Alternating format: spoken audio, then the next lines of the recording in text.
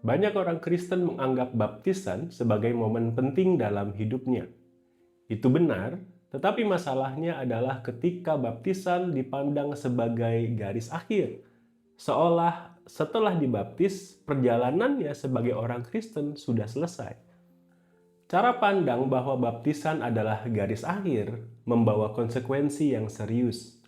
Orang bisa merasa, saya sudah katekisasi, saya sudah dibaptis, berarti saya sudah lulus menjadi orang Kristen. Akibatnya mereka merasa tidak lagi perlu bertumbuh, tidak perlu terlibat di dalam pelayanan, bahkan menjauhkan diri dari persekutuan orang percaya.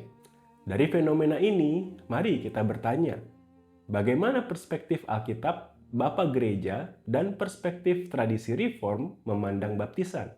Apakah baptisan itu dipandang sebagai garis akhir atau justru sebagai garis awal? Kita perlu mengingat kembali bahwa baptisan adalah tanda lahiriah dari kelahiran baru yang batiniah. Kelahiran baru yang ditandai dengan baptisan ini menegaskan bahwa orang tersebut sudah menjadi milik Allah. Di sepanjang Alkitab, status milik Allah ini tidak pernah berdiri sendiri. Dalam Perjanjian Lama, kita bisa melihat bagaimana setelah Allah memilih Israel sebagai umatnya, Allah juga memanggil Israel untuk menjalani hidup sesuai ketetapan Allah dan menjadi berkat bagi bangsa-bangsa.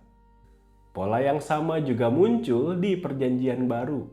Paulus menegaskan hal yang sama, bahwa mereka yang menjadi milik Kristus dipanggil untuk hidup kudus, yaitu meninggalkan manusia lama dan mengenakan manusia baru. Dengan demikian, dalam perspektif Alkitab, baptisan yang menjadi tanda dari identitas baru itu selalu membawa kita menuju satu arah yang pasti, yaitu hidup yang terus dipimpin, dibentuk, dan diarahkan oleh Allah. Dalam gereja mula-mula, baptisan tidak pernah dipahami sebagai akhir, tetapi sebagai awal dari kehidupan baru. Basil dari Kaisarea menyebutkan bahwa baptisan merupakan buah pertama dari Roh Kudus. Hal ini mengimplikasikan adanya buah-buah selanjutnya dari kehidupan orang percaya yang dipimpin oleh Roh Kudus. Dengan demikian, di dalam pemikiran Basil, baptisan bukan akhir, melainkan awal dari kehidupan yang terus menghasilkan buah roh. Gregory of Nyssa pernah mengatakan bahwa jika seseorang telah menerima baptisan, tapi hidupnya tidak mengalami perubahan dalam hal semakin menaati perintah Kristus, maka orang tersebut belum sungguh-sungguh mengalami kelahiran baru. Ia menolak pemahaman yang memisahkan baptisan dari perubahan hidup. Karena tanpa perubahan hidup, baptisan hanya menjadi ritual kosong.